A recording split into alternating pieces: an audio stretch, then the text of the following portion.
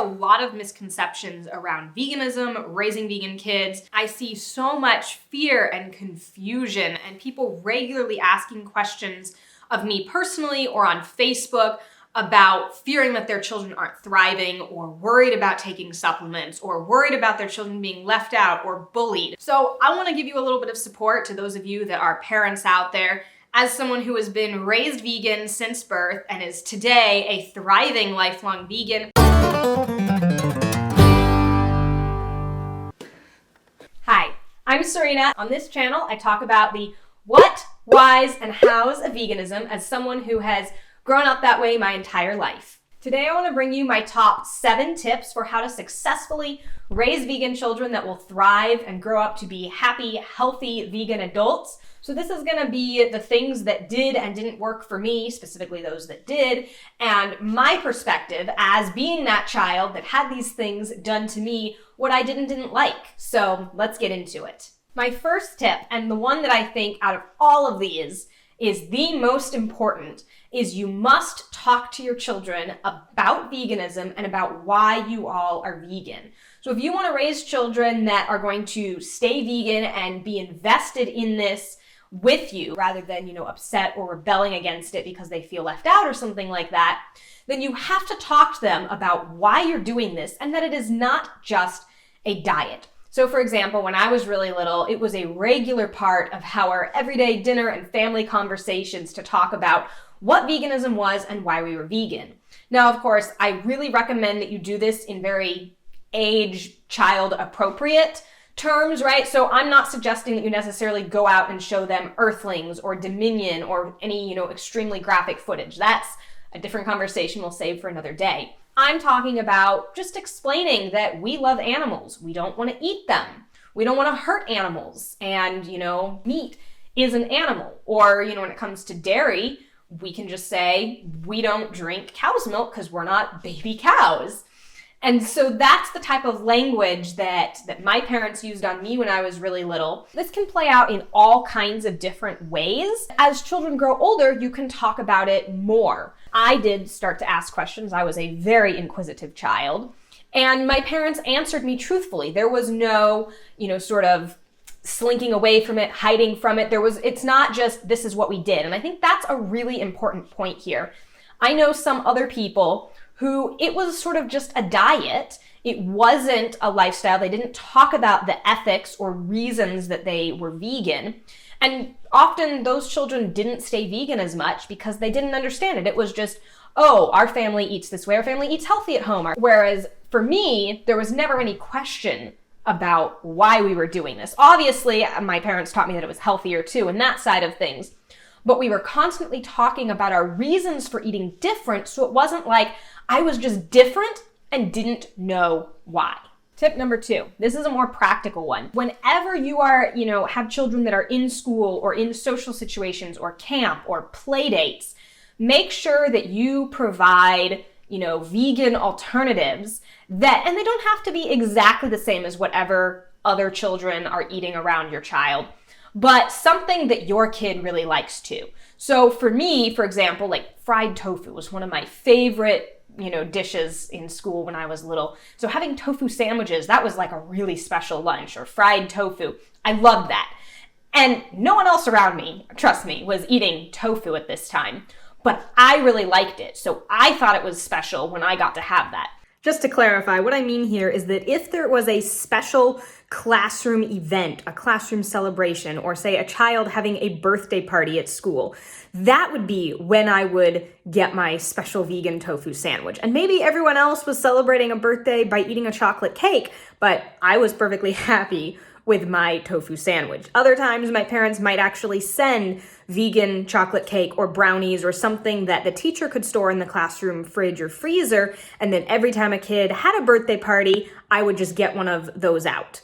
Sometimes it may make sense to have an exact vegan replica or alternative, and that's getting easier and easier today for what other children are having. Other times, it's just something that your kid really likes so that they feel like they're getting something special. Girl Scout camp was actually a perfect example of this for me. I went away for a week one summer, and my parents practically sent almost all of my food. They did talk with the the dining hall of that camp, and we, worked it out, but they also sent lots of excess food for me. And this included snacks. Every day we would have snack time and there would be popsicles.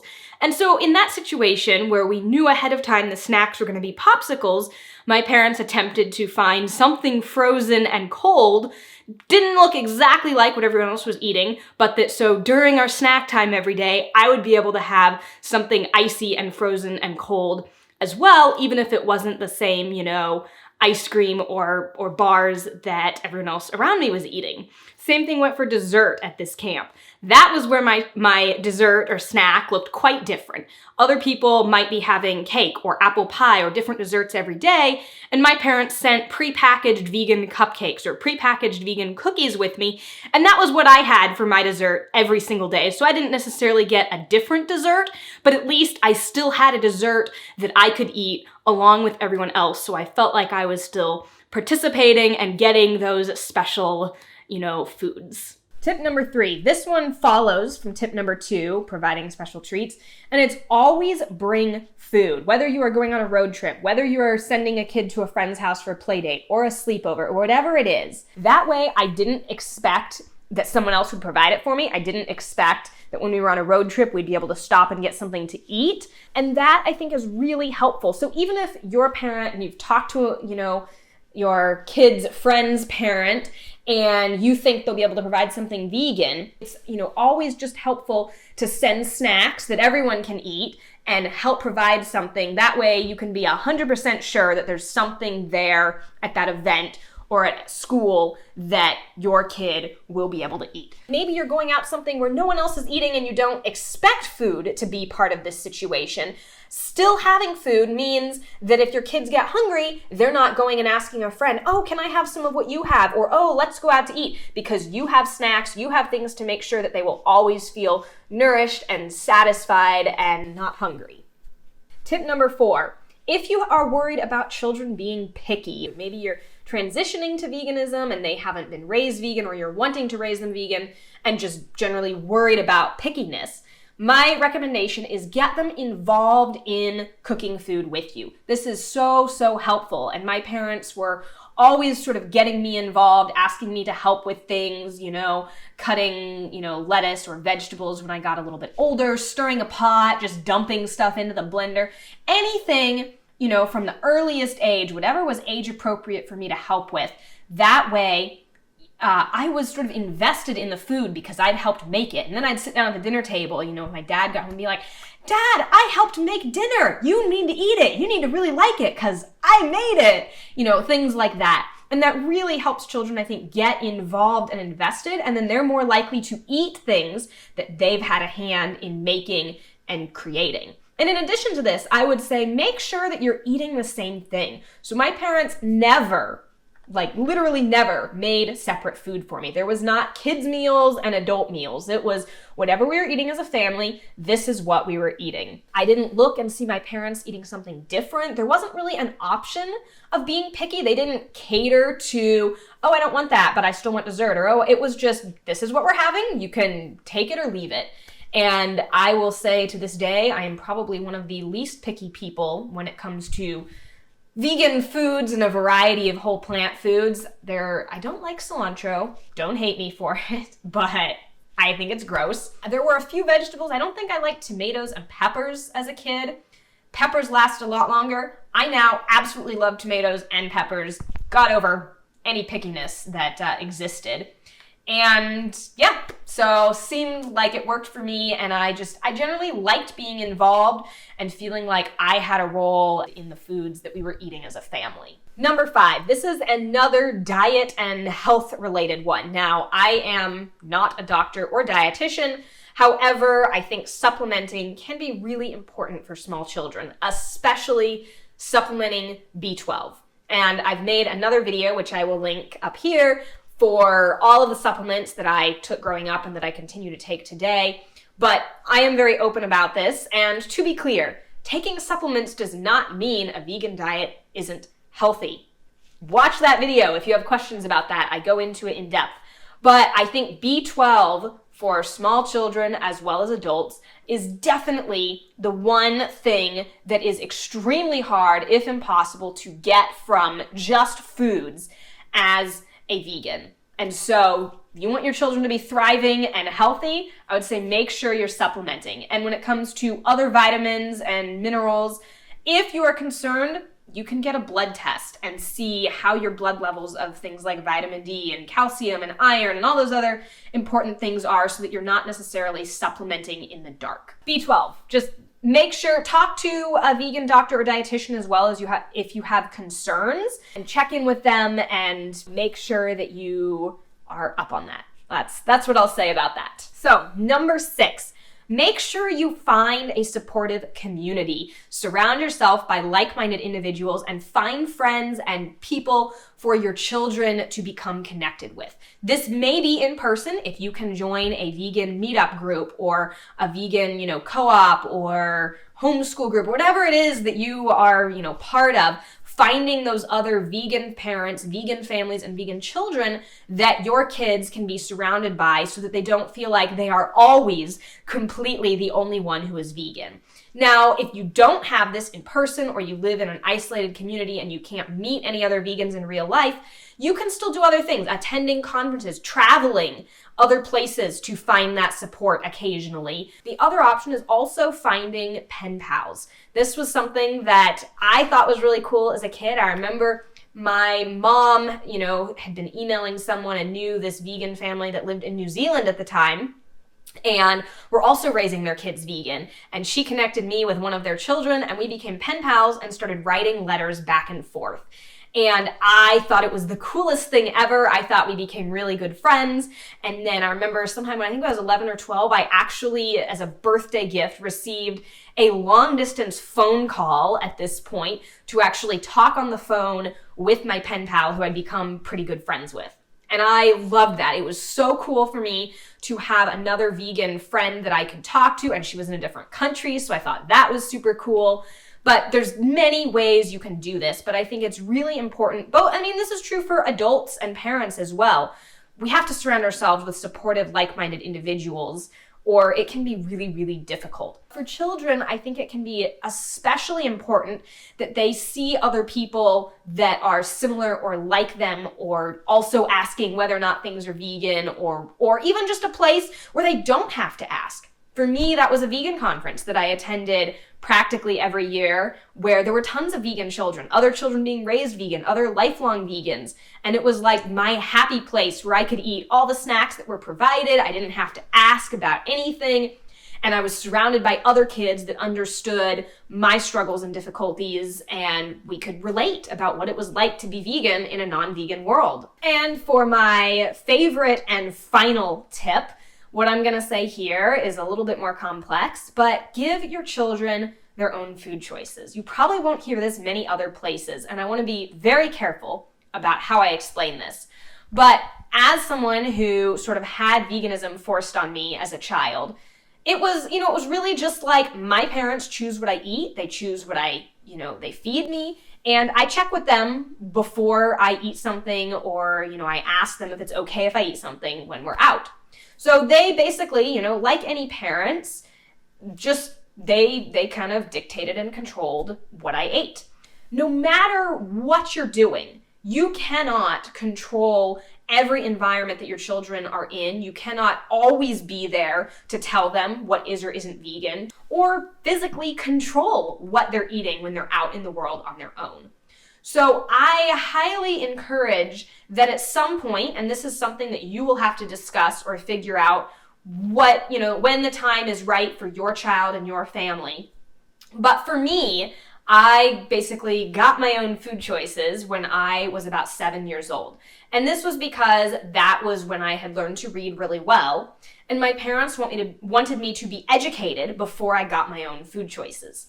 Now, to be really clear, I've specified this before, but this was not framed as, you've been raised vegan, you can choose not to be vegan. That is so not how this was framed. It was, up until this point, mom and dad have made your food choices for you. Now you're old enough that you get to make them for yourself. So it wasn't even framed about being vegan or staying vegan or not. It was, now you get to read labels, you get to ask people, you get to check and decide if you're okay eating that. And so as part of that, I had to learn how to read all of the different things that might be in food labels that we didn't eat. I had a stack of note cards that had, terms like casein, whey, gelatin, all these little obscure things. Because obviously I knew to ask whether meat was in something, but all these other obscure things that might be on a product label or package that I would have to read to determine if it was vegan or not. Kids today have it so much easier with all the certified vegan labels, but that wasn't the case back then. And so I really did have to read products, and I've gotten really good, trust me, at scanning them and picking out that non-vegan ingredient really fast.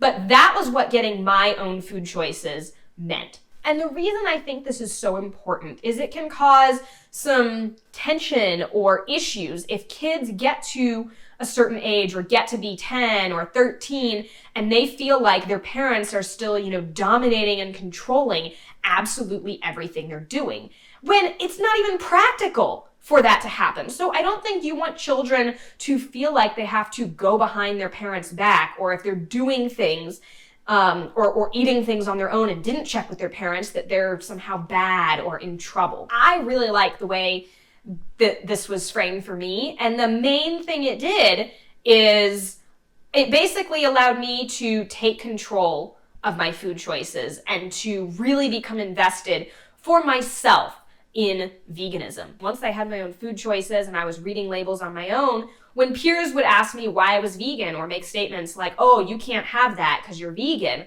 I would say, oh no, I can have it. I choose not to.